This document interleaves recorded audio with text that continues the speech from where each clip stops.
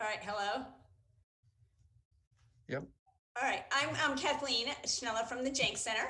I want to welcome you all to our event and also ask you, for some housekeeping items. Please keep your mic muted during the event, and we will have some time for question and answer at the end. And then at that time, you can unmute yourself to ask your questions. I also want to let you know this is being simultaneously live streamed on WinCam, and it will be also available on demand to view at a later date. And I just want to start by, welcoming, I'm going to begin to introduce Walter Hubbard of PC Quick Help, who will begin the seminar and introduce our panel. Thank you for coming. Thank you, Kathleen. Good morning, everyone. The reason why we're having this meeting this morning is we've had far too many people coming into our shop, giving away money to fraudsters on the internet, in the order of $40,000, $16,000, $10,000. Far too many people are losing a lot of money. And if this were at a bank, it'd be a heist. It's just not using a gun, but it's far much more money. So we're here to protect you and to save you a trip to my shop to get your computer deloused after an attack. So we're going to tell you why bad things happen to good computers. And the reason bad things happen is because people are after your money. And they are specifically targeting senior citizens. And that's most of you.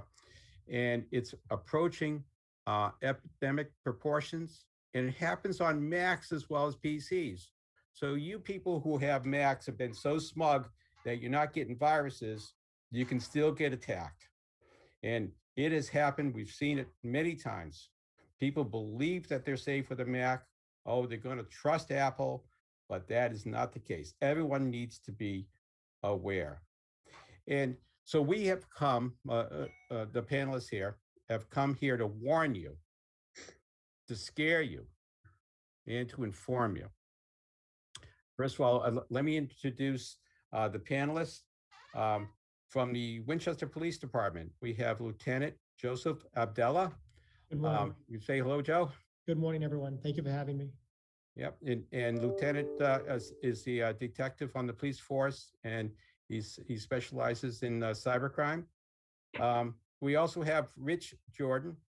Morning. And he is the Vice President of Security at the Winchester Savings Bank. Morning, thank you. And we also have Don Nelson. Don Nelson, many of you probably know Don.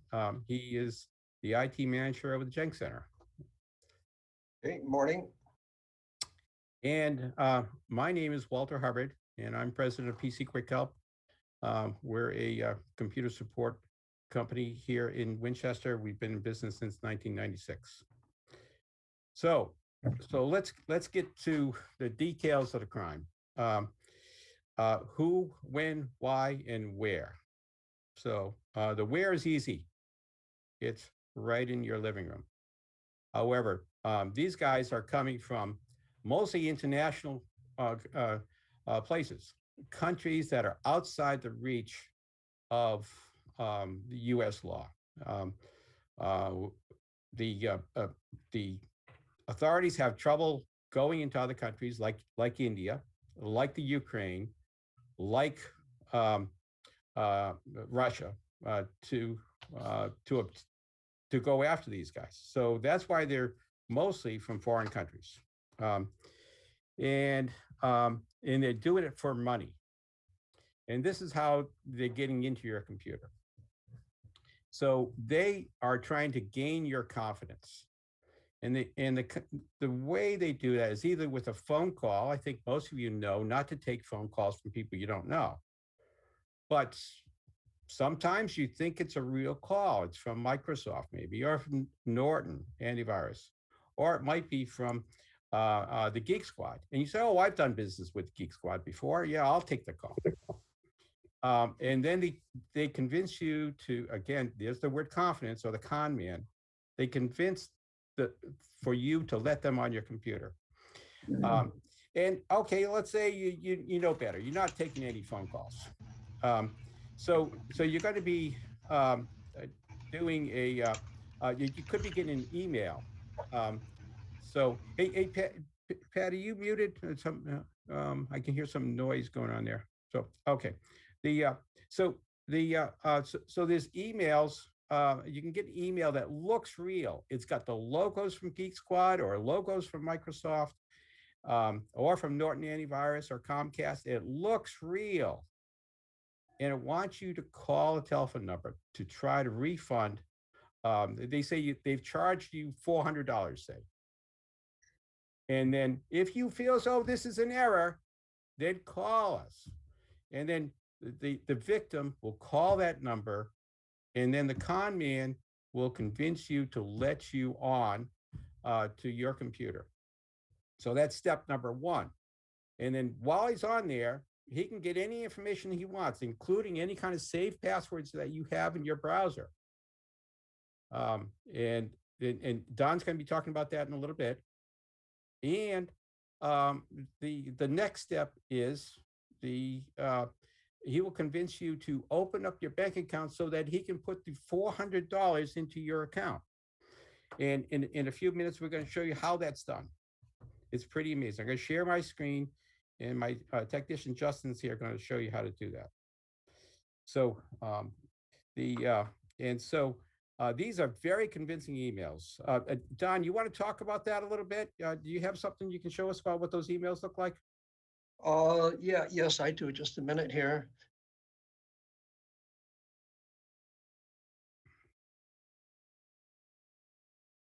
Okay, let me see. They're not phishing samples. I tell you what, Don, while you're bringing that up, let me just go on to the other way that the guys can, you know, and this happened, we get calls from people, a couple of times a week.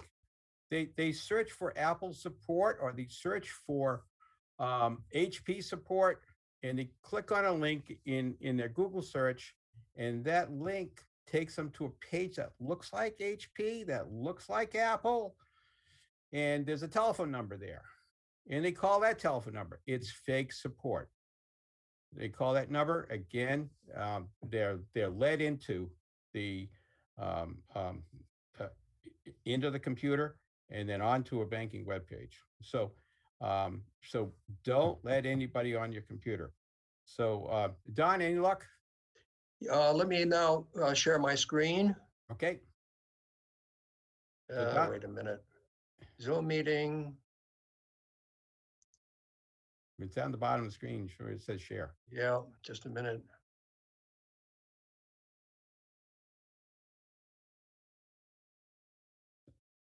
I'll tell you what. Okay, Don, just while a you're minute. looking for that.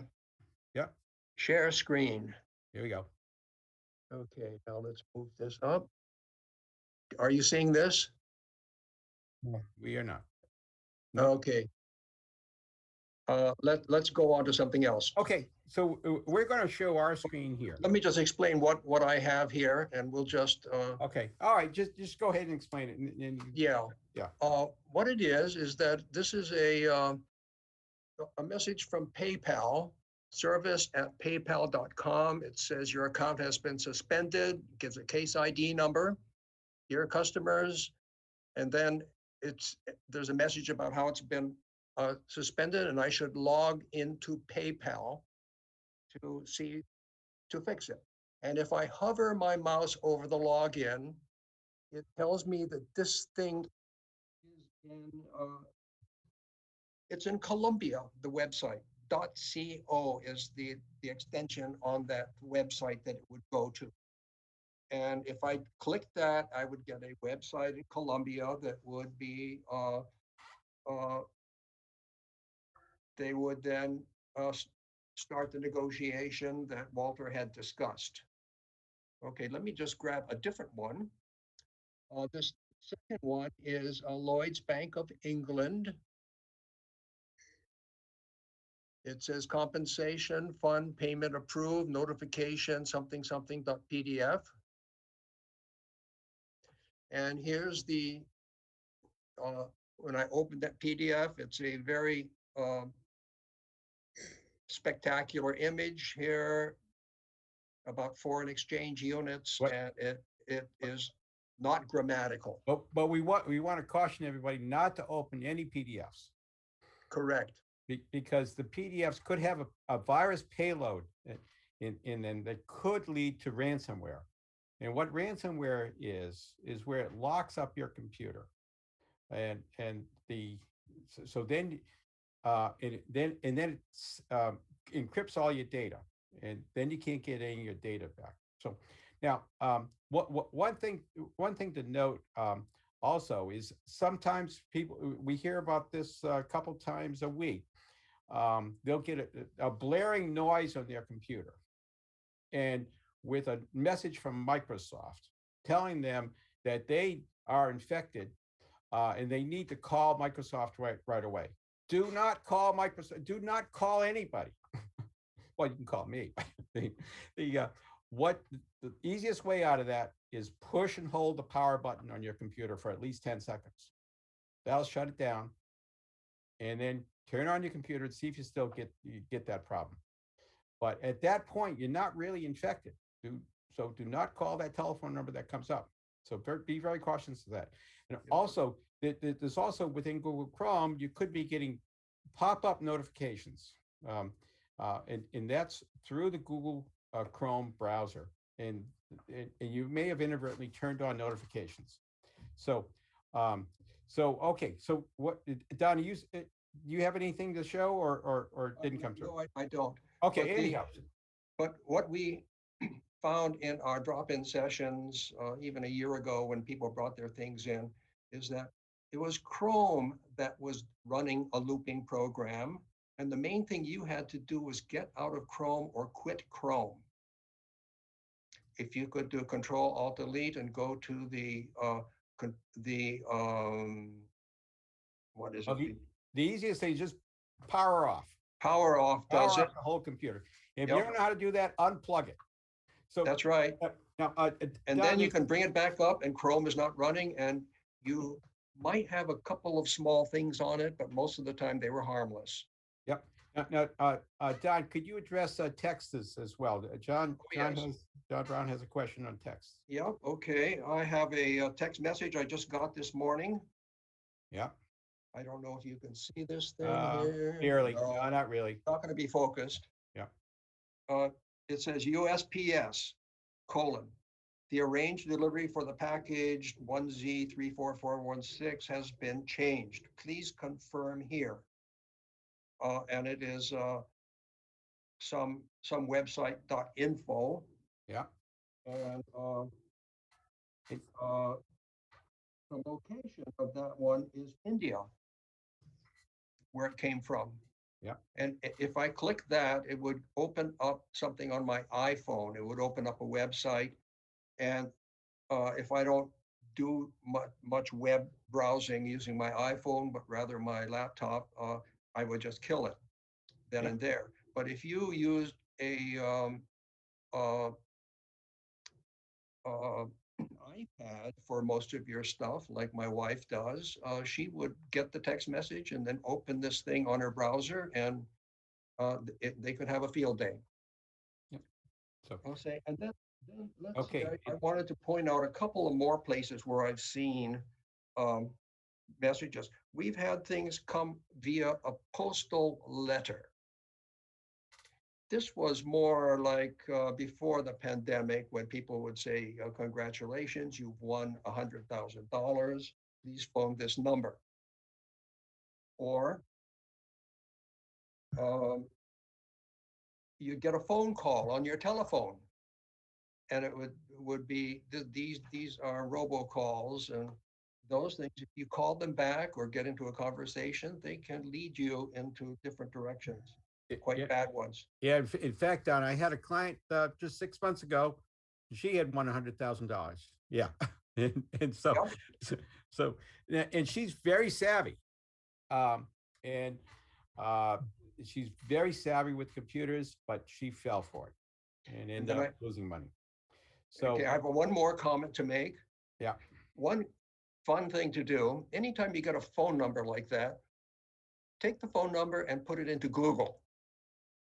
And maybe say legit question mark after it. Yep. And it'll tell you quite a bit about that phone number. Yep. Yeah. Okay. Hey, John Brown had a couple of questions. On a laptop, just push and hold the power button. Just push and hold it for 10 seconds, and then it'll turn off. Okay. And then, you can open up PDF. If you're expecting that PDF from someone, certainly open it. Okay. So what we want to do here is we want to show you the next step. Justin, and my technician Justin's going to show us what the next step be. So I've got a banking web page up here, and so we're going to share the screen here. So let's see which one is this one here. Oh no, that's it there. Okay, so this looks like a web page for the Winchester Cooperative Bank. So by the way, we've edited the page already so that these aren't real numbers. But anyhow, so and Justin's going to demonstrate this is how the bad guys, once they convince you that they are going to get onto that they want you on your website, your banking website, they're going to show you how they're going to deposit the money. Okay. So Justin's going to do that right here. The top line he's going to edit. And this is what the bad guys are doing behind the scenes. They can do this instantaneously. They'll briefly blank the screen, but we're going to change the type of, instead of saying withdrawal, we're going to say external deposit. See how it changed? And now instead of it's coming from Intuit, it's going to be from Geek Squad. It's going to be a refund. All right. So then you can edit that. This can happen to your web page. All right. And then instead of a withdrawal, going to make that withdrawal go away. And then is going to edit the deposit. He's going to put $40,000 into my account. And he's going to edit the balance. And now, oh my goodness, I've got $48,000 in my account. So the guy made a mistake. The guy from Geek Squad, the fake guy, has put $40,000 into my account. And so now what he wants me to do is to refund him that $40,000, but keep $400. So he wants me to send him $39,600. And so he wants me to do that in real time. And so if this were a real page, as it's not right now, we just saved this page from my account. We would be able to send $39,600 back to this fake Geek Squad company. And that's how they get your money off of here. Or yet another way of doing it is, so the bad guy shows, okay, I put in $40,000. Now you need to buy from me or buy for me $5,000 of gift cards. So we have seen people go out and buy gift cards. And so that's and they actually do. So do not go out and buy gift cards for anybody. And in fact, as soon as they say money, hang up, close your computer, turn it off all the way, power it off all the way. So that's how they're getting their money.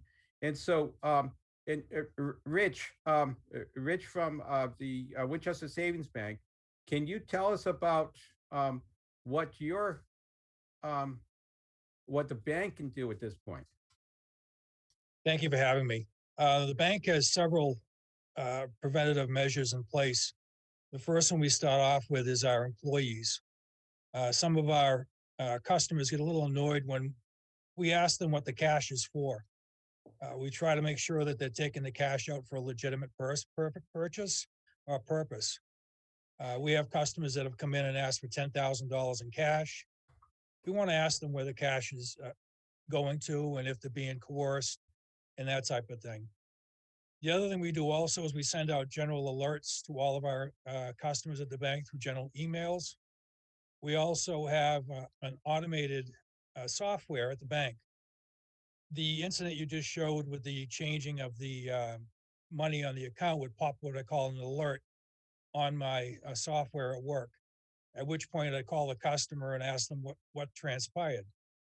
Some of our customers might say that I got a call, like you said, from Apple support or Microsoft support, and they accessed my computer and accidentally sent me money.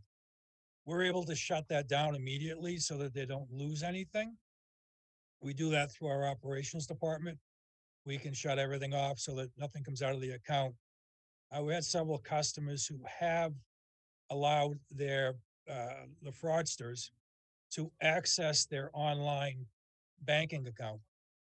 Again, they're doing this through fraudulent ways. They're going into online banking, transferring money around. We had a customer who actually had $40,000 removed out of her savings account, put into her checking account by the fraudster online, and then was supposed to transfer the money out to the individual. Luckily, we were able to catch it. We stopped it from going out. We have the customer come in and close out the account and reopen new ones and change all their passwords. But we try to protect our customers the best we can by asking those questions. Why is that money going out? Why are you trying to transfer it? And we send out examples of different things that have transpired. As Dawn had said earlier, with several of the emails received from the post office, from Microsoft, from Amazon, these are all things that do happen and do pop up on our customers' accounts. We try to protect them the best we can with that and hopefully convince them. But the problem is that we can only convince the customer so much. It's still the customer's money. We've actually stopped our customers from wiring money out from our bank. We had one customer who wanted to wire out $149,000. He had received a deposit into his account and was supposed to wire it out for land he had purchased over in Nicaragua, of all places, which is on the do not do business with list. And he said it's legitimate, it's a land purchase. Come to find out, the person he was speaking to online had all of his information and purchased a COVID loan for a business that was fictitious and deposited that money into that person's account. So we were able to stop that from happening and reverse it back out to the federal government. So the COVID loan was not processed through his account. He did not lose any money, but it is their account. It is their money. You know, if they want to come in and take the money out, we can do the best we can to convince them. And it's ultimately the end user's responsibility. I mean, you can't guarantee that you're going to catch every dollar going out fraudulently. Correct. Yeah. But we try to do the best we can. The software we have is fantastic. It runs 5 times a day. I get alerts immediately. We look at IP addresses. So if your IP address is usually out of Winchester, let's say, or New York, and all of a sudden I'm seeing one out of Aruba, it's going to pop an alert and ask me to contact the customer and find out why somebody logged on to their account or tried to transfer money out of their account. Yep. So And Rich, while we're on that subject, maybe you want to touch upon these romance scams as well. The romance scams are rampant. I mean, falling in love in all the wrong places, I call it. You end up getting taken advantage of. I'll give you a story about my neighbor next door. She met a guy on one of the websites. The guy romanced her from, I'm going to say, a good 3 months, back and forth, back and forth. And he was working her. He was getting her confidence, and then he wanted her to send him $10,000 so that he could pay for some international antiques that he was working on getting, and would get her back her money as soon as he picked up the antiques and sold them. So these things are happening all the time. We had another customer who fell in love with this guy who was working on an oil rig, and he needed money to finish his Texas oil rigs. And she sent him over $100,000. We were able to stop a lot of it at the bank, but she went out and took loans on her credit cards. Oh, She tried to take out an equity loan at the bank, and we were able to stop that.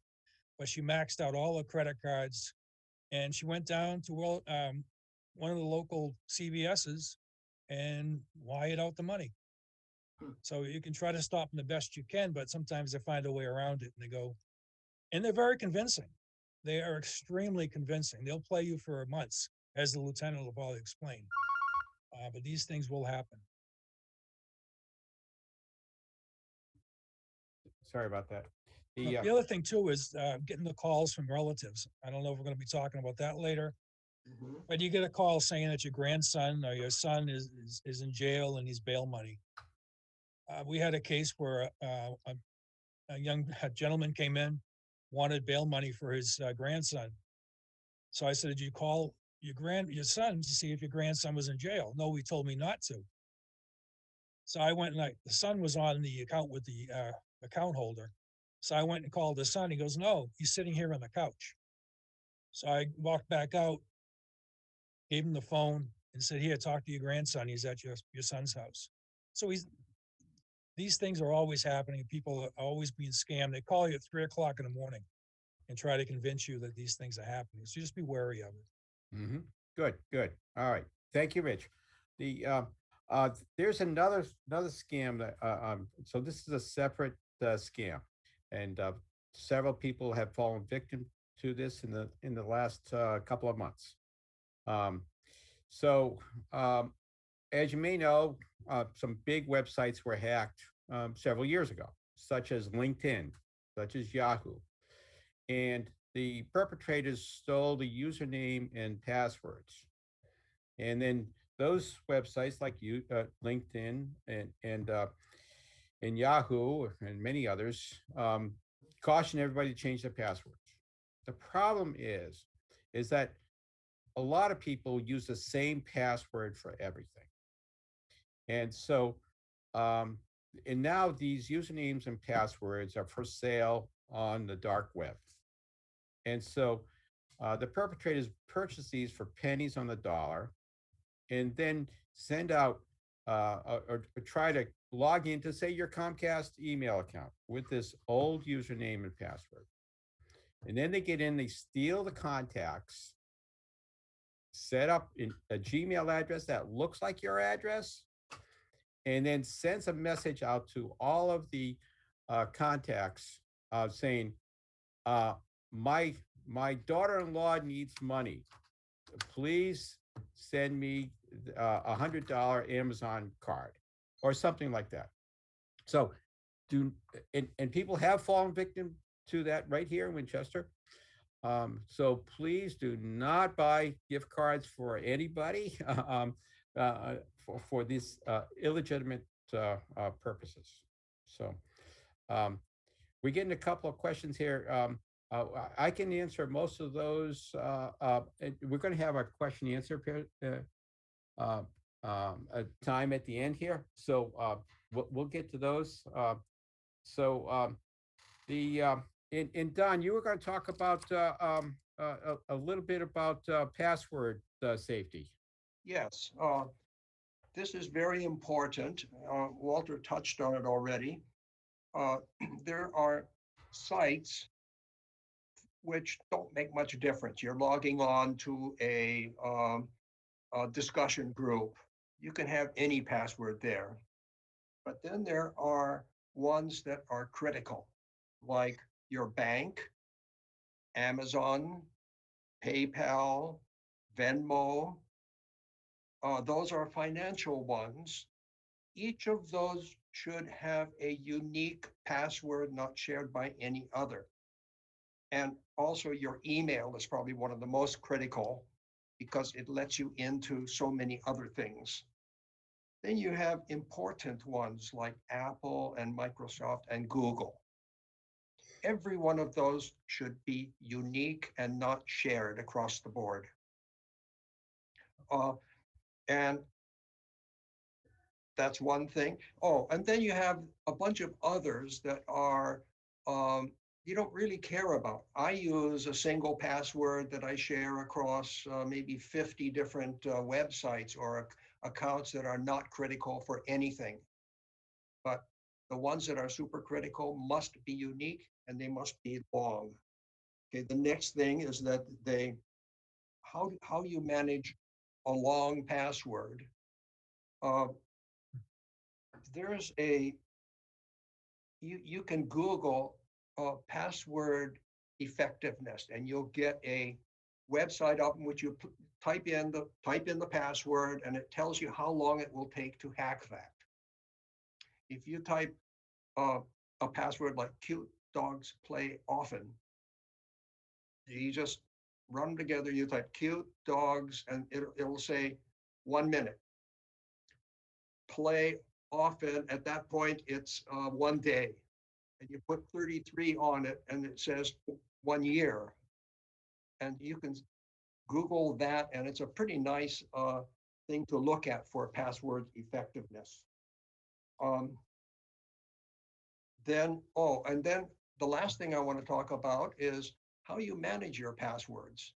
I've worked with many seniors on their passwords, and many of them have pieces of paper or little notebooks.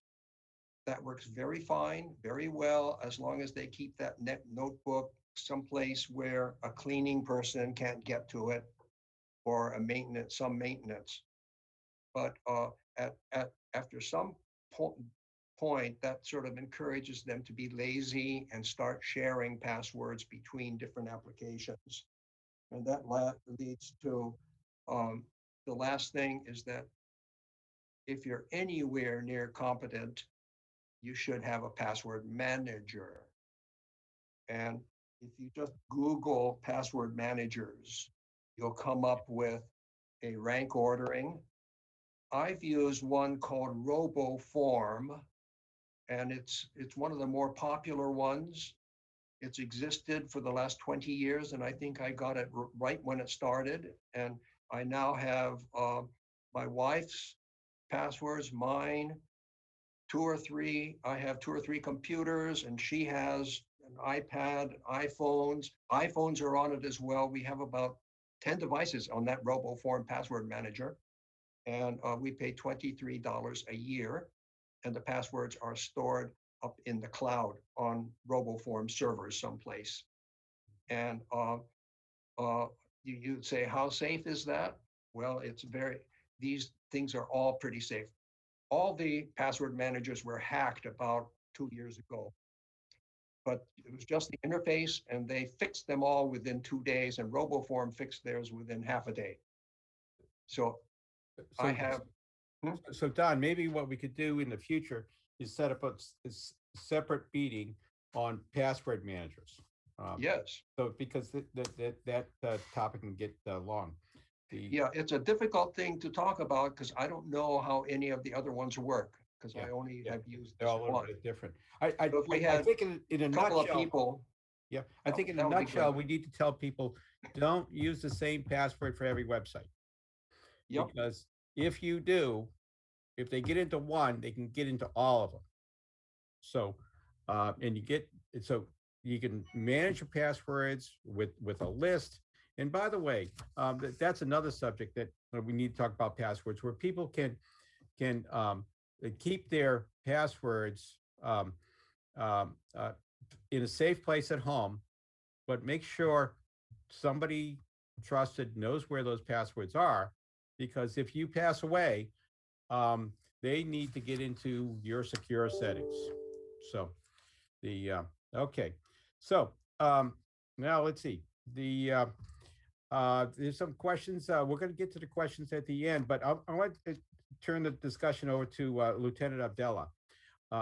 And what what should everybody do if they suspect that they've been hacked? What's the next step, Lieutenant? So we recommend 7 to 8 steps every time you feel your identity has been compromised or you've given away financial information or personal information. And we recommend this to every victim that comes to us every time they file a police report. Number one being file the police report with the Winchester Police, whatever community you live in. And it's very important documentation because the banks may require the copy of that police report, insurance companies, credit card companies. Um, After that, we want you to contact your financial institutions right away, your local bank. We want you to contact your credit card companies, a credit union. And if you feel that any retirement plans have been compromised, we want you to contact those agencies as well, like a Fidelity Investments, and alert them that you've given away financial information or that one of your accounts has been compromised right away. And you want to put alerts in those accounts, make those financial institutions aware that you've suffered a loss or an attempted loss.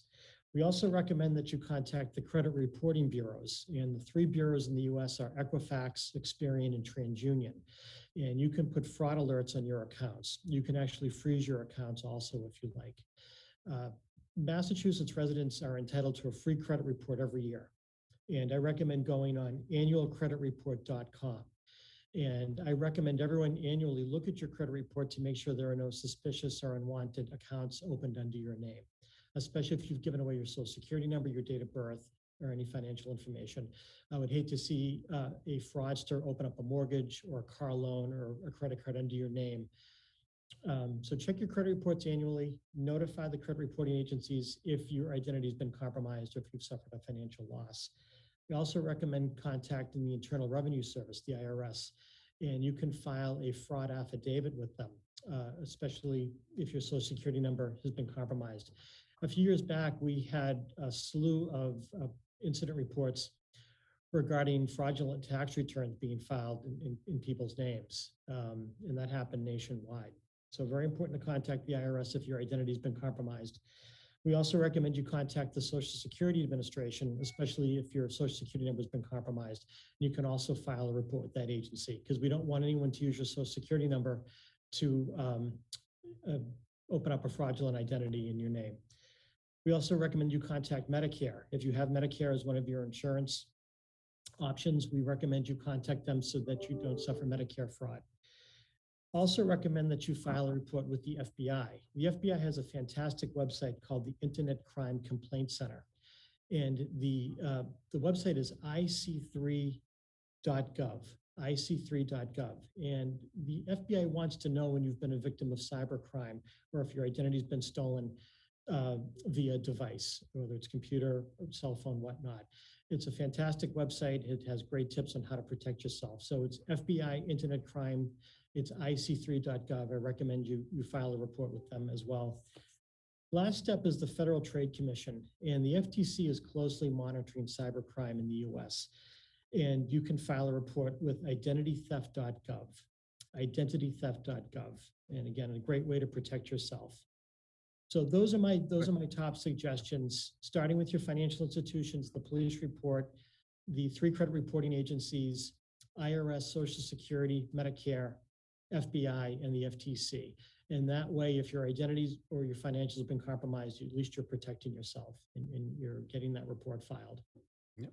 Thank you, Lieutenant. And actually, thank you for reminding me of one other subject. The back about 6 months ago, I got a notification from the state, like by snail mail. So it was a real letter from the state saying, "Thank you for applying for unemployment benefits." I did not apply. My wife did not apply for unemployment benefits. This was a fraud being perpetrated upon the state. And the way that it was filed was, I don't know if you remember Experian being hacked about 3 years ago. Usernames, addresses, and social security numbers were stolen. And I suspect this is the way that information was obtained and filed with the state. The state has lost literally $350 million over this. California has lost over $1 billion on fraudulent unemployment claims. So this is all rampant. Okay, now let's see. I think that we've covered all. Anyone, any of the participants want to bring up any other subject? So I think we're good here. So I'm going to summarize a few rules. Number one, is think before you click, meaning hover over the link that you may have gotten in an email or you may have done in a Google search and see if it's really where you want to go. So think before you click. Also, be very cautious of calling any number that you find on the internet, for say HP support, Apple support. Make sure it's a real number. I mean, it's a real place you want to go. Number three, never let anyone onto your computer that you don't know. So, we're going to send you some links. One is where it was a USA Today article, and the writer is their tech columnist, and her mother fell for a fake Apple link. She looked for Apple support, got it, clicked on a link, said, okay, it's really Apple, and no, it wasn't Apple. So you need to know that person. So generally, don't let anybody on your computer. Never give out any passwords to anyone, none, because these perpetrators will ask for your email password. Oh, I just need your email. Oh, I need the password to your computer. Oh, it won't do any. If you give them the password to your computer, they can get all your other passwords. Never give out any credit card or banking information to someone you don't know. And do not store your financial or email passwords in your browser, because the fraudsters can access all of those very easily, very easily. And then use a different password for each website. Better yet, use a password manager. We'll talk about that in a future session. And of course, use antivirus software. What we like here best is Malwarebytes. It can be obtained, the free version, the trial version can be obtained from malwarebytes.com, malwarebytes.com. So I hope today that we have scared you, but we've educated you enough for you to take action and precaution when using the internet. So I'd like to open it up to questions. Kathleen, can you manage that for us? Sure. Anybody want to ask a question? We have a few in the chat too, I can read. Yeah. Okay. So let's see what's in the chat there. All right. Okay. So Nanelle says, I've been using Chrome to get my email. Would you suggest? No, actually, Chrome is fine. The issue is with any of these browsers, you can allow notifications. And most of the browsers are now built around Chromium, which is what Chrome is built around.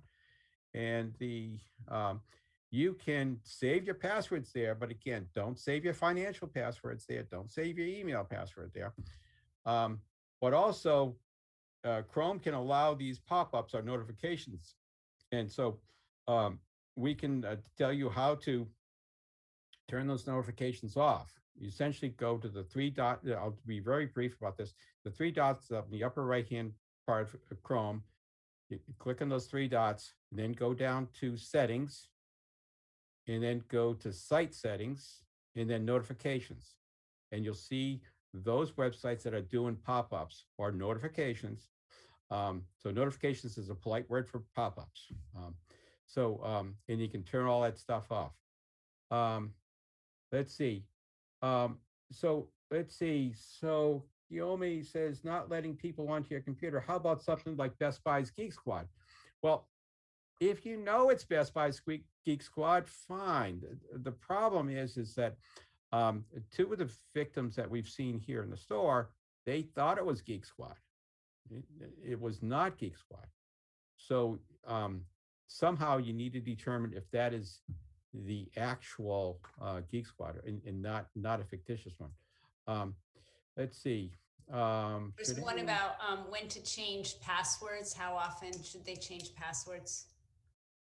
Yeah, common wisdom has been to change your passwords every 90 days. But frankly, I'm not a purporter of that because when you have to change your passwords all the time, you end up writing sticky notes on your computer screen for anybody in your house that's going to find them. So let's see, Don, yeah, you're the password guy. What do you think? Well, Office 365 used to require people to change their passwords every 90 days, and they stopped that Yeah. because all the computers in the Jenks had to have their passwords updated. And that was just a nuisance enough to stop doing business with them. Yeah. So keep the passwords for forever. That should be good enough, unless you know a reason to change your password. But then things like banks and financial and email, those are different. Those should be changed whenever you have a suspicion that something is wrong. Yeah. Ron has a question. If you're backing up using a separate hard drive, does that insulate you from a ransom attack? No, it doesn't. If you're just backing up to a regular, most backup drives do not have ransomware protection. However, if you're using some software for backup, like Acronis, Acronis, it does have ransomware protection. So the so that and it's really good software backs up your whole computer. So let's see. One comment on that. If you're backing up to an external disk that plugs in with a USB cable, Yeah. when you're finished with the backup, unplug it so you put air between that There we go. and the Yeah, computer. good idea, Don. Yeah, yeah. And Jerry O'Neill wants to know about those pop-ups for Chrome. And that again, Jerry, what it is those three dots up in the upper right-hand corner. You go to those three dots in your Chrome browser, and that takes it then allows you to go all the way down to the bottom. You'll see settings. And then from settings, you'll see another link that says site settings. And then in there, you'll see notifications. And then you can turn off all those notifications from those designated websites. Let's see. So if you're, and this is from Shukong, if you're doing a real estate transaction, do not rely on an email to change where, yeah. Hey, Shukong, are you there? You want to talk about that? Shukong, you still there? Nope. Okay. What he's doing is Yeah. Actually, yeah, this was that come up some time ago. It's an old scam, and what people will do is they'll break into a real estate agent's email system because that's those emails are not necessarily terribly well protected. It's just in a regular email. So what will happen is like the night before a closing, a hacker will say, oh, you know, that deposit you're supposed to transfer, just put it in this new bank. And the email will look really authentic. As you know, looks just like every other email that their agent has sent to them. And so they'll just put the money in the new account, and they show up at the closing, and you know, the seller says, "So why haven't you deposited the money?" And you know that money is already long gone. So the recommendation here is anytime you do a large money transfer, verify it through a phone call. It doesn't matter if it's late at night because we're talking the deposit on the house. Make a phone call, or better if you have time to just get a first person verification that the change of account is authentic. That's all. Thank you. Yep. All right. So let's see. Another couple of questions have come through here. Let's see. One is, Kathleen, this one's for you, from John Minetti, asking for the links to the URLs.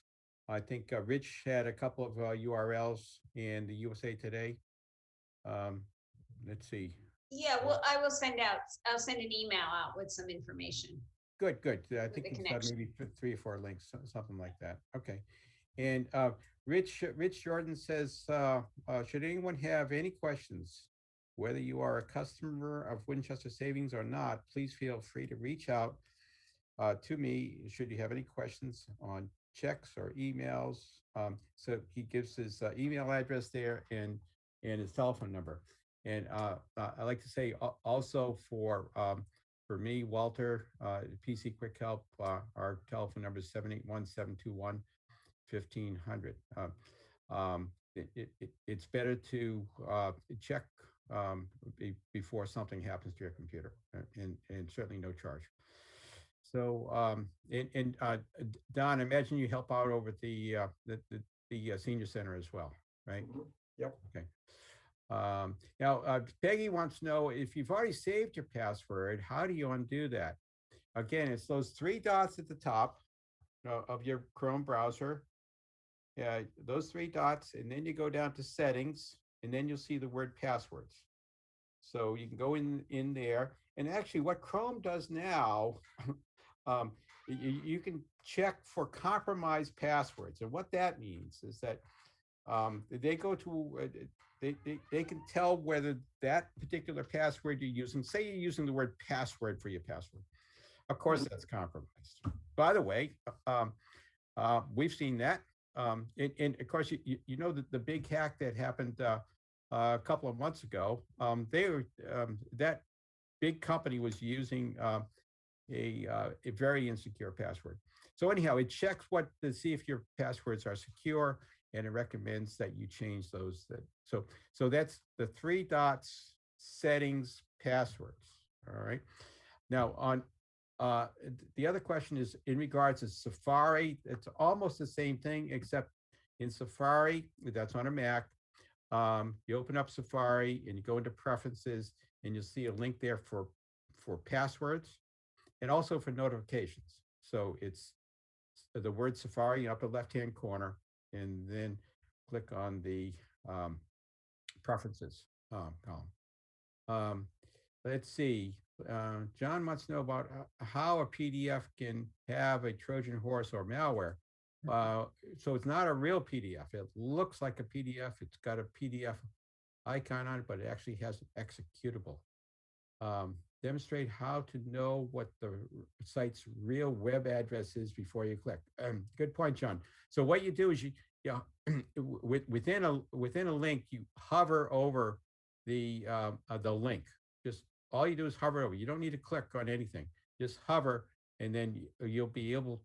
It'll reveal where that website's going. Let's see.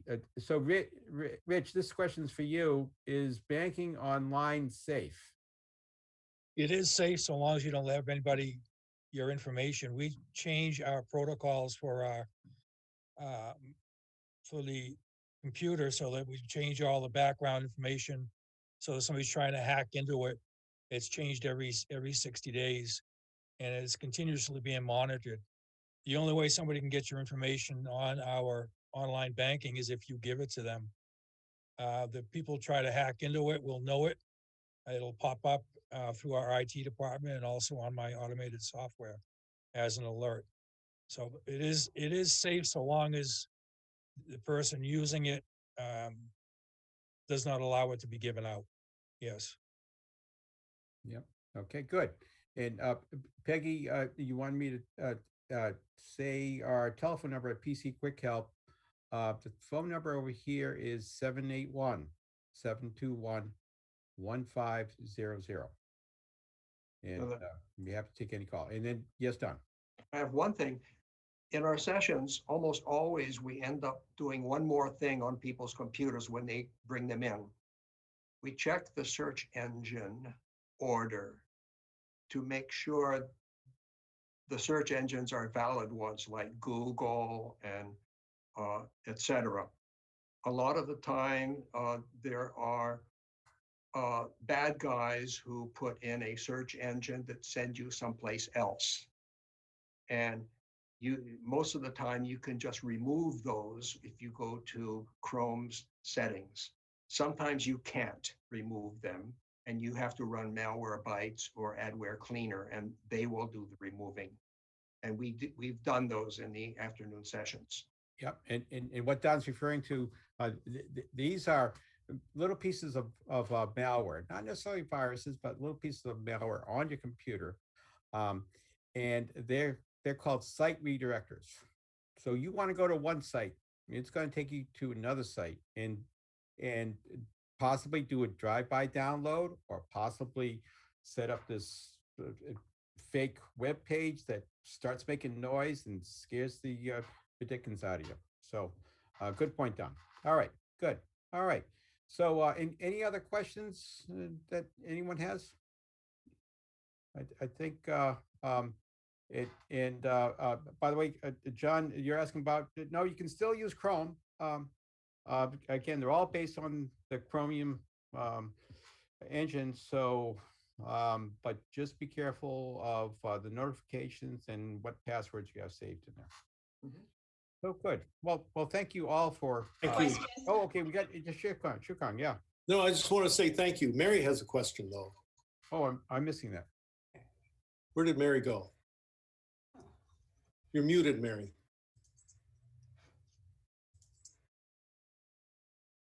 I don't have There. I don't have a question. I was trying to see what the chat question was. Oh, okay. I Yeah. have a question. Sure. I have a question, Don, you talked about like RoboForm and some of those password managers, but what about like people who have Apple, and Apple has kind of a way to lock their passcodes? How safe or unsafe is that? I just would guess that it's pretty safe, but I'd like other people to comment. It's as safe as your password on your computer. In other words, I can see if somebody brings in their computer, I can see all of the saved Safari passwords if I know the password to the computer. So if the password to your computer, just to turn it on, is 1234, then that's not a secure place. But if your password to your computer is more difficult than that, then it is a secure. And they use that the technique called they call a keychain, and the passwords pass or can pass not only from your computer but also to your iPhone and your iPad. Mhm. It's you want to be in the same ecosystem. So, all right. Okay. So, how to change the computer password? If that is if it's a Mac, Peggy, you go to the system preferences, and then to users, and then to the word the tab that says passwords or password, and you can change it there. That's on a Mac. On a Windows computer, you go to the Start button, and then to the little gear where it says Settings, and then to the word that says Accounts, and then left-hand column, it'll have the word Passwords. So, Mhm. So either way. But if you have further questions on that, just give me a call here at the shop. Okay. All right. So thank you all for joining us. And we wish you happy and safe computing. Okay. Thank you to our panel for Thank you. this very informative discussion. Thank you so much. Very nicely done. Thanks. Awesome. Bye-bye. Thank you. All righty. Bye-bye. Bye.